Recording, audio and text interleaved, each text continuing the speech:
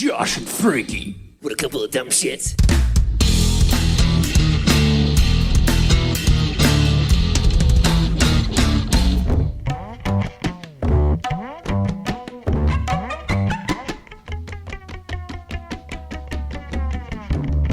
Hello, primates! You found Primus Tracks. Congratulations. There are many places to find Primus Tracks. This is probably the most interesting. It's definitely the loudest.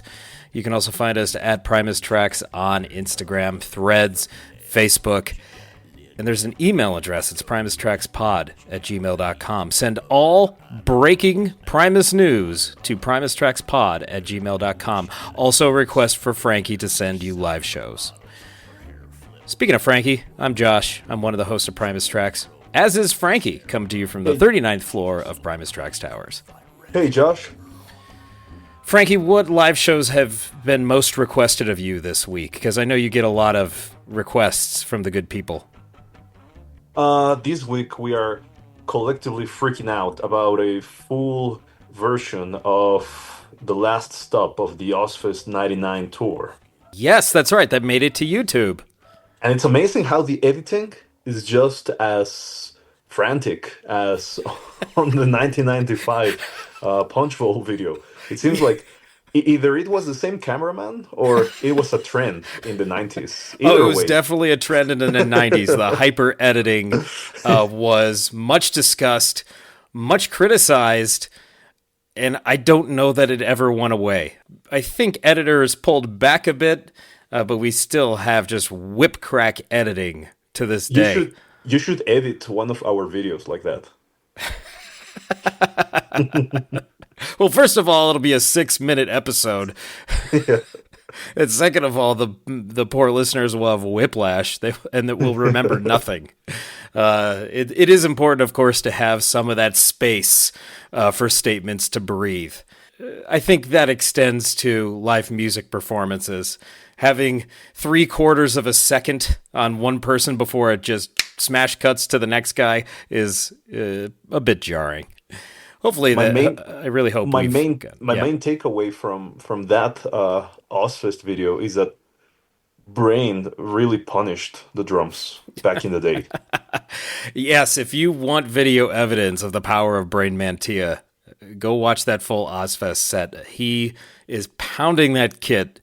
It's shaking. It looked like it was going to fall apart in more than one instance. Yeah. So to be Brain's tech in those days must have been tough. Tim Soya knows all about it. Well, today, Frankie, we are talking about Red State Girl. It is track 3 from Of Fungi and Foe, the 2009 Les Claypool album. This one checks in at 2 minutes and 59 seconds. Just make it 3. Just make it 3 minutes. Come on, girl. Yes, like one more second at the end with girl, and we're out. 3 minutes. People who like round numbers are happy. We have Les Claypool on upright bass, Mike Dillon on tablas. I believe that's Sam Bass on cello. However, he is not credited for cello on this track on your reissue from the vinyl box set, nor from the scans I've seen of the CD booklet from the original release. I do not know if that's an oversight, but I would assume it is. Because that certainly sounds like cello to me on this track, and that seems to be backed up by what we see in the music video. Yeah. Okay. So this one, Frankie, for me, I did see this one performed in 2009 on the Fungi tour. I will have to look it up. I'm not entirely sure if they played this one when I saw Duo de Twang in 2013. But I'm sure this one, being a more memorable tune from the record, has quite a history. It was performed extensively by the Fungi band between their two active years on tour, 2009 and 2010. It was strong enough also in terms of record promotion that it got performed live at Jimmy Kimmel. And a music video was also created for the song. After the Fungi band, the torch was passed on to Duo de Twang, whom also performed the song quite extensively throughout 2013, 14, and 15, with the last performance to date taking place 10 years ago at a wine party. So while Red State Girl has not seen the light in a decade, it did get performed quite consistently at its time. Plenty of play, a music video. Judging from the dates of Red State Girl and Boonville Stomp being posted to YouTube, it appears Red State Girl was the lead video, and it was posted April 8th, 2009. Yes, it's a performance video where Liz and the band are playing the song wearing the same masks they wore throughout the tour with quite a few close-ups. But the video is also accompanied by illustrations, of course, done Yes, by Liz, of the lyrics, which that's right. harks back a little because, I mean, Winona was animated, but it kind of harks back to that, right? Having Yeah. Liz draw characters that represent the lyrics. Yes, not fully rendered. I'll say that again. Not fully digitally rendered images as they did for the Winona video. These are straight sketches that were scanned and inserted. Yeah, to me, this is the zero budget version of the Winona video. Yes. This is Les's own self release. There's really not a budget for a video. So put these guys in some kind of supply closet at the Knights of Columbus with their costumes on and press record and then insert your own doodles of images from the lyrics. And you got yourself a music video. I will say the music video is worth a watch, particularly for the facial expressions of Mike Dillon behind that freaky Yes. mask. It's a great video. I love He it. he brings the expression on the masks that he and Sam are wearing are obviously freaky enough, but Mike's eyes and lower jaw really sell it for me as he's playing the tablas. And Sam, they're both wearing their tuxes as well. And Les is looking pretty dapper playing the upright bass. Very simple video, very simple production, but fairly effective. I don't know if we could say that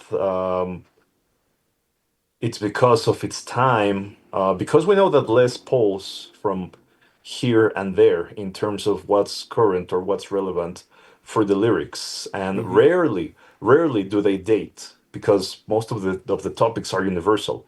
But this one, it's definitely of its time by the dimension of Sarah Palin twice on the lyrics. Yes.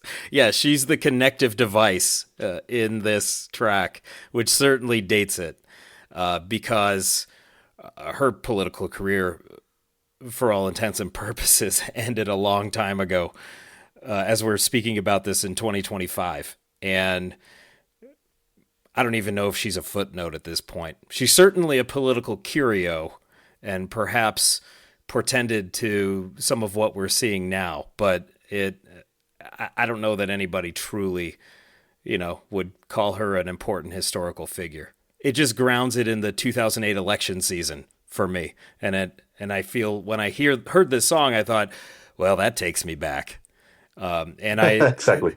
it took me back to a point in time where I have no nostalgia or any kind of fond memories for the political climate or anything of that nature. So it's a curious time capsule, Frankie. It's not taking me back to the good old days.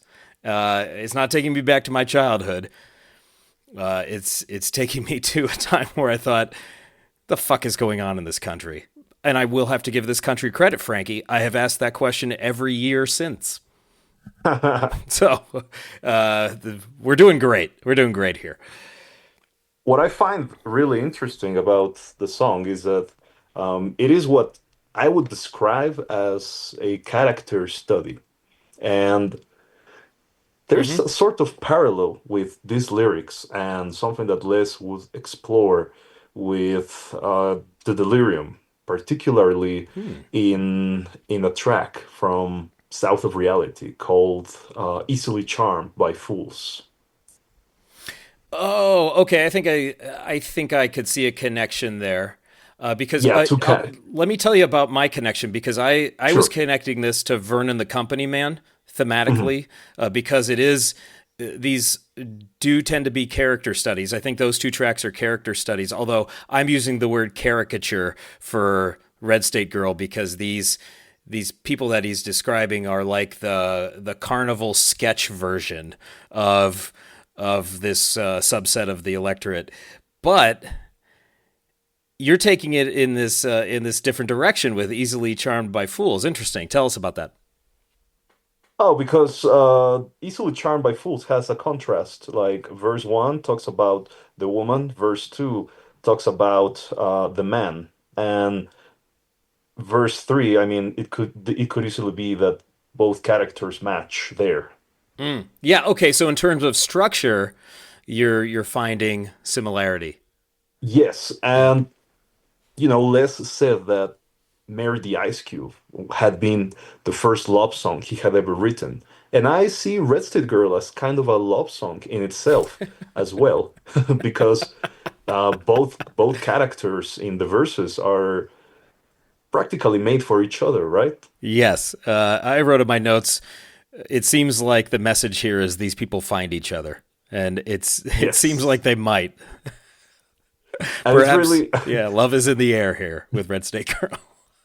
it's really peculiar because on the second verse, the male character, it could easily be any of those blue collar workers that Les has been describing for years and using in his narratives. And, it sounds like the average Claypool character, but the female character in the first verse, the Red State Girl herself, it's quite an interesting character, at least from the description point of view, because if we take the lyrics literally, then she is quite a unusual contraption, right? Contraption. She's Yes. certainly put together in quite a way. It is Yes. interesting that he's mostly commenting upon her physical features, as opposed to the guy who's mostly being drawn by his poor economic decisions Exactly. and not much about what he looks like. So the it does seem like there's an inequitable distribution of commentary there, but when when I look at these lyrics as a whole, I do wonder if it is a caricature or if it's commentary on, these people are participating in a self fulfilling prophecy because they are idolizing someone and trying to taking on those persona to fill to fulfill that prophecy because this is who I am. Like they've been in a way they've been manipulated by the by the media coverage of this person and what this person purports to believe and so on, and they identify with it in so much a way that they are altering themselves to But I fit that think I think image. Les also touches upon the socio-economical aspect with the Sure. first verse by noting that she has dirt under her fingernails. Oh, sure. Oh, yeah. So I just took that to mean that this Yeah. is an unrefined person, and they both are. Yes. They're definitely not fancy people. I think where I was going with that manipulation thing is it reminds me of the lyrics in Big Eyeball in the Sky about the girl that is going to the bathroom to puke her guts out, suffering from bulimia because of what's being presented to her on TV and in magazines and popular Yes. media, right? So she is being manipulated Yes. by that. It's hard for me to tell if these people, if that's the message here, if the two people in Red State Girl are being manipulated by the cult of Sarah Palin, as it were, or fringe politics in general at that time, or if he's just painting us a picture, or is he criticizing them?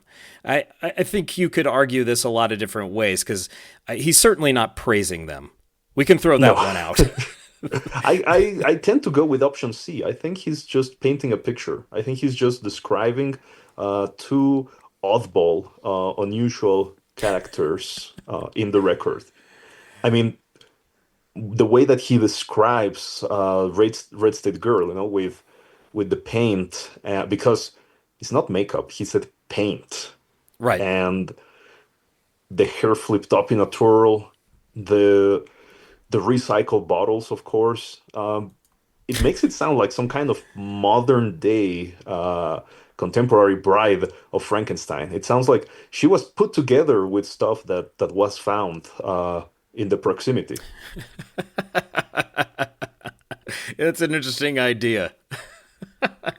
I tend to think of it as she's making herself up into this image of what she thinks she ought to be, and same with the guy Yes. too.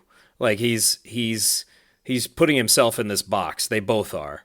But I suppose, wonder. I still wonder about why he's so obsessed with what this girl looks like, and then how this guy behaves, and why it's not.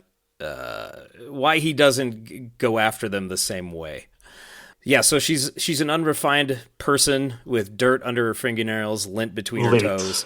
Yeah, right. You used the term, or you cited the Oh, term, paint above her eyeballs, powder on and up in her nose. that's the drug use reference That's you. You that's betcha. always present in these kind of characters that Les mentions. Yeah, you bet. And I find the second verse to be very well written because Les is rarely overt. As you said, he describes, he doesn't judge, he doesn't criticize, he doesn't praise either, but he describes in a way that his words allow you to fill in blanks which are not explicit in the lyrics. For instance, he likes the Redskins rather than foreskins. So, in a very subtle way, Les has just described that this guy is homophobic, right? You could probably draw that line. Yes. Like I'm a red-blooded American who Yeah. watches football. Don't give me any of that gay shit, or whatever. At 8, he shot his very first squirrel. It doesn't sound like he did that for sport. Given the context of the lyrics, it sounds like he shot a squirrel to eat it, right? That's what it sounds like to me, or at least that's how he was getting cited in as a young guy. That's a good question. I don't exactly know. But yeah, I mean, squirrel's good eating if you've got to. Don't ask me how I know that. Yeah, that second verse is quite interesting. The end of that first verse, and as we said, Sarah Palin's the linchpin here, but at the end of that first verse, she's a self-proclaimed bona fide red state girl. So she says she is. Right, so Yeah, there's an element of hubris there, I suppose. exactly. And then, yeah, this guy likes the Redskins rather than the Foreskins. I guess the irony there. I guess that's another cultural touchstone that's changed because the Washington Redskins, that football team, have changed their name in the preceding years. And then the tattoo of the Budweiser frogs. Yeah. That is another piece of pop culture that lies in the past at this point. They were insanely popular at the time. And then the Sears tools, since he can't afford Snap-on, that's a bit more of an esoteric joke. But if you know your tool brands, now we're getting into the poverty there, right? So now he's making these socioeconomic pieces of commentary. Spend his money on a pedigree hunting dog, as opposed to making a better financial decision. Yes. And then that poor man stuck in a poor man's body is an That interesting. one that one Yeah. is yeah, that one is interesting because people usually alter the phrase to reflect a contrast, right? Yeah, I'm a So rich man stuck in a poor man's body, for example. exactly, Yeah. exactly. But this is a poor man stuck in a poor man's body, and I don't believe it refers exclusively to his financial situation. I think it refers to his perspective, his tastes, Yeah. everything about his persona in general. Yeah. What you see is what you get with this character, basically. Right. You put him in any other situation, he's still going to act like this. It Exactly. makes me think of the movie Trading Places. He Where will he spent his money on a pedigree hunting dog because he wants to keep hunting squirrels, I guess. Yeah, and it kind of points to some of the stereotypical cycle of poverty commentaries out there about, if you give a poor person money, it disappears. You could argue there's a grain of truth to that because people who don't know how to manage their money soon lose it, and those who can manage their money hold on to it. So there's something to that. I've read a lot of great papers and essays on that. And I'm not going to bore everybody on on the psychology behind this and the socioeconomic what have you.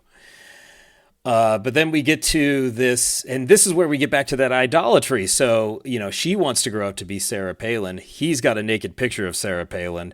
And so there's some subtext there about how we are sexualizing our politicians at this point, too. In 2008, and I think that's been ramped up ever since. It's weird. I don't like it. It's gross. I mean, they did take that perspective to the limit. I don't know if you recall a music video that Eminem made back in the day where Lisa Ann portrayed Sarah Palin. Lisa Ann was a very, or is, I have no idea, but she was a very prolific, high-profile, on-demand porn star in the United States. Okay. And she portrayed Sarah Palin for an Eminem music video and kind of made that portrayal mainstream that way. But she also portrayed her in adult films several times, I believe. Oh, okay. Yes, there was Yes. there was a parody pornographic film. Yes. So Yes, it yes. it wasn't just the guy in these lyrics. I think there was demand out there in the real world for fulfilling that Sarah Palin fantasy. Oh, without question. And people lapped it up because it's a base thing. It's sex, right? It sells very well, and people took advantage of that. And then, so coming back to these lyrics, yeah, I think that's being hinted at here, right? With the naked picture of Sarah Palin, Yes. and the girl saying she wants to grow up to be Sarah Palin. Do you think both of these characters will meet each other at a state fair? I had a state fair. Maybe just at Tractor Supply. They'll have a meet cute. You never know. This is well, let's get our sequel. It's 2025. Let's get the sequel where they've met, they've courted, perhaps they've married. Let's hear where they are now. But they certainly do sound made for each other, and I think that's the point. I still think Les is punching down here to a degree. He's not ridiculing these people because, like you said, it's a character study. Yeah, he rarely does that. I do feel like he's not being very complimentary, though. It's very easy to, look at this picture that he paints and go and judge these folks, and there's obviously things beyond their control that are putting them in this position. But they're also, allowing themselves to get caught up in this image building here. So I think I could even have a degree of sympathy for these characters. And I will also say this is not the life I would live. First of all, being a Washington football fan, what the hell is your problem, dude? Go Bills. We haven't even talked about the instrumentation yet, Frankie. This is, from an instrumentation standpoint, I know we're only on the third track. This is one of my favorites on the record so far. I think as from an instrumentation standpoint, this blows out the first two. It's so groovy and a little hypnotic even. I'm a bit of a fan of this one from an instrumental standpoint. Let's hear some of this groovy stuff here on the upright.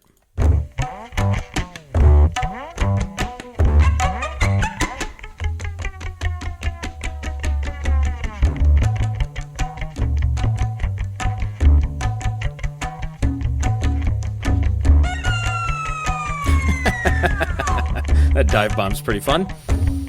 She got dirt up under her fingernails. She got lint down between her toes. She got paint above her eyeballs and powder on and up in her nose. She got... Oh, he makes sure we hear the on and up because that's a good joke. That vocal delivery too is unusual.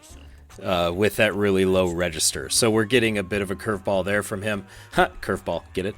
And the other thing is that that upright lick is pretty neat.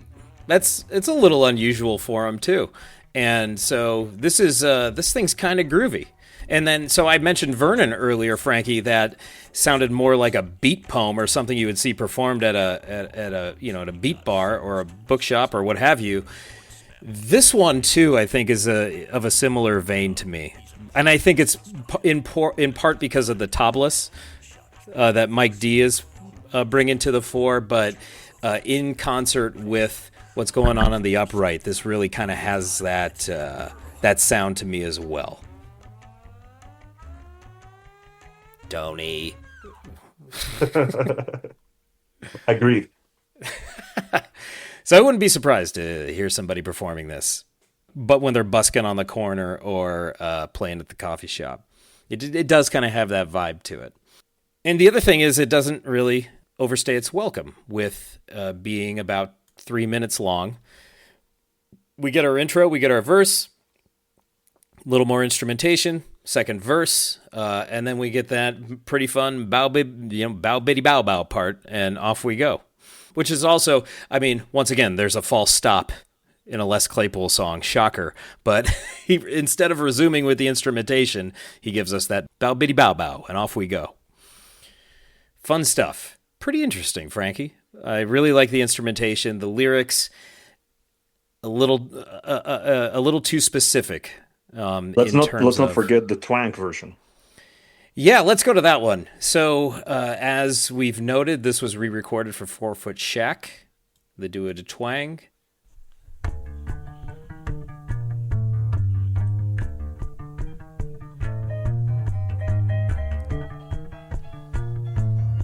Starts almost tentatively.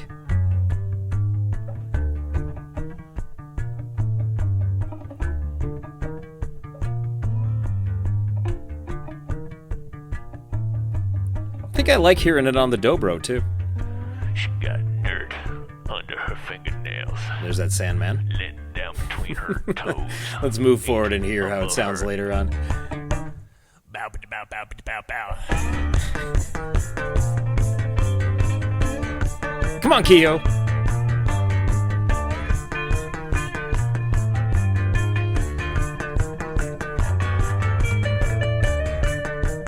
I think what I like about this duo version is I can hear that bass line more clearly, and it's more articulated on the dobro.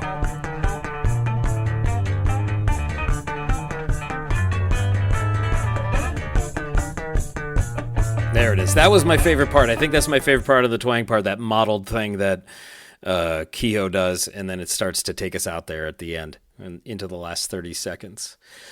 So we actually have 2 versions to talk about the Frankie, with the instrumentation at any rate.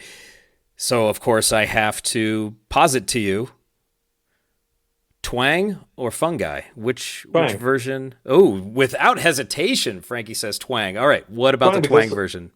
Because I really like how, like you mentioned, the fungi version, the original version, is very lush in its instrumentation. But what I really like about the twang version is that it was up to Kehoe to fill up all that space that was available beyond the bass line. And I think he did a great job. Yes, his frequency bandwidth there is a bit compressed as far as the sound of his guitar, but he's doing some cool stuff in that upper register for sure. I don't know if I'm with you on that one, because the tablas on the original version always grabbed me, and that it gave it that beat quality. So I think I'm going to stick with the original version, although I do like the pulse of the twang version. Well, here's another question I have to ask you, Frankie. Because this music is not rooted in a mushroom video game or a pig movie, it's hard to call it Fungi or Foe definitively. But where would you place it on the Fungi-Foe continuum? While thematically, yeah, it is not part of the record's history, to put it some way. I think that sound wise, it fits right in. The song is at home on that record. Does it have a real fungi sound to you, or faux sound to It you? does. Yeah, I think it has a faux sound for sure. Ooh, interesting. A bit broody, I suppose, with that interesting upright lick and the tablas. All right. Yeah. And of course, depending on your politics, the characters, they might sound like fun guys, or they might sound like your foe. So it's up to you, dear listener. I would say that we've talked about it enough.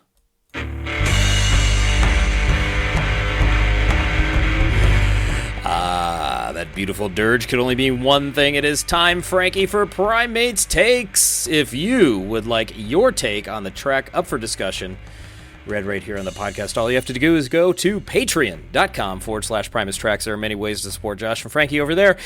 The universal constant, as far as rewards, as they're called, which I hate calling them, is Primates Takes. Our pal Jesse Colton, Frankie, says on the subject of Red State Girl, Les Claypool done recorded a bop. A cheeky, jaunty ditty, if you will. The slithering bass line, the funky cello, the bouncy tablas. It's a great time. Ethan from Kentucky, a newer entrant into the halls of primatrondom, I suppose, says, I'm torn. I listened to this album one time a year ago and wasn't a fan. Now that I'm giving it another shot, I'm starting to come around. That being said, this song, Red State Girl, is one of my favorites, but if I'm being honest, I still prefer duo de twang versions. Yep. Frankie has an ally. Yeah. Eric in Australia, who has been bright and bubbly of late, says, Red State is the first pass track for me. And he calls it a faux track for that reason. Unfortunately, not as dated as it should be. I do love his vocal gymnastics in here. I don't know how you could date that track any further unless you called it Red State Girl 2008, 2009 or whatever. Jordan Kahn, Frankie, our resident Fish expert, said, Red State is faux. Wish Les would get back into political songwriting these days. Interesting take, Jordan, considering how people felt about conspiranoia. Our pal John Shreve says, Red State Girl is like hula with the lights out. I love that description. Thank you, John. John always has really interesting descriptions of the music, and I appreciate them. Yeah. He says, like feeling that sweet release only to find out it was at the use of a relative. If that means what I think it does, that's disturbing. Dark, silly, and less making his feelings more whimsical than the usual direct statements. Come on, Josh, this album slaps. All right, John. Okay. All right. I hear you. And Mickey Waters, Frankie, says, Red State Girl is a bit dated with the Palin reference, but still one of my favorites. However, I think I prefer the duo de twang version. For those of you not watching on videos, Frankie just made a gesture indicating that he is victorious. A lot of twang lovers out there, Frankie. And now it is time for Frankie's favorite part of the show. Live cuts. A jam vehicle. Live cuts. The jam vehicle. Live cuts. What's going on here? Oh, I'll tell you what's going on. It's live cuts time. Today we have from Frankie's vault 2 cuts of Red State Girl. All right, our first Red State Girl live cut has no metadata on it, so this is Frankie's box set called A Fungi and Foe bonus tracks, which you will see released on the 25th anniversary of Fungi and Foe in 2034. Bank on it. Remix, remaster, bonus tracks. Handpicked by Frankie Berestein.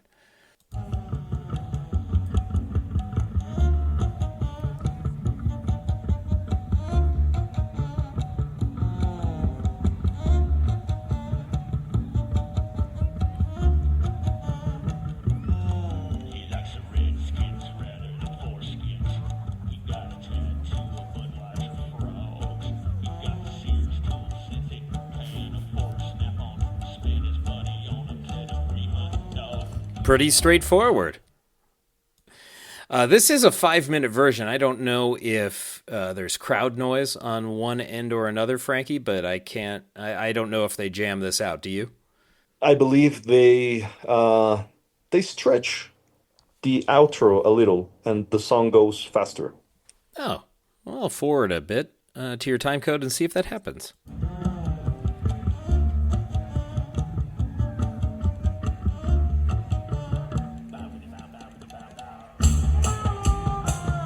There's Paolo.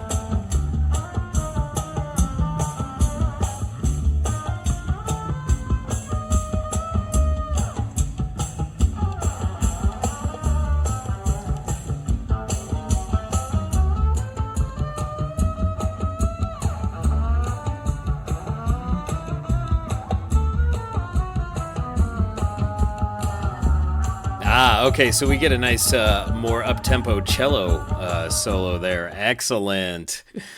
Yeah, there you go. They created a coda for the live version, We'll call it that. just like Vernon, right? Just like Vernon. That's why they're linked. I knew it somewhere in the back of my mind. That's why. Let's hear Do It a Twang and give us some Red State Girl from Soundcheck. Now, this is available on YouTube as well, right?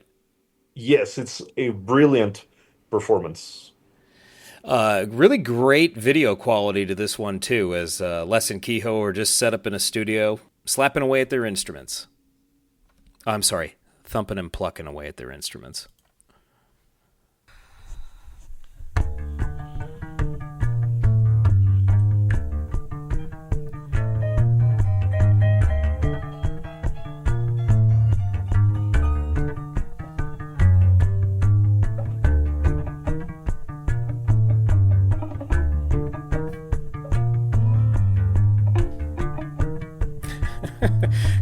Kehoe's muting so much stuff, it almost sounds like he's playing meekly. Yeah. It's very but it helps with the atmospherics for sure. He's got a naked picture of Sarah Palin, looking for a self-proclaimed bona fide red state girl. Funny delivery. Let's move it ahead here. Bow, bow, bow, bow, bow.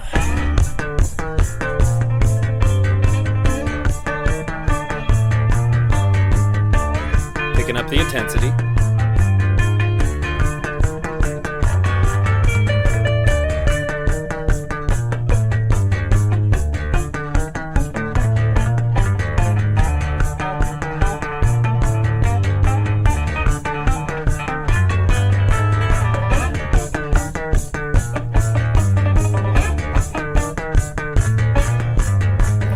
Okay, I'm willing to make this caveat, Frankie. If I was going to hear Red State Girl live, I think I'd rather hear it from Do It a Twang. Yes. No offense to the Fungi band. That way I get the best of both worlds. I get that Fungi studio, and I get that Twang live. Why not? Yep. Sounds pretty good. I just like hearing Kehoe play guitar, especially when the pickups work, unlike at Sacramento when he came out with the Zakk Wylde guitar and they had to make a last-minute substitute for Amos Moses.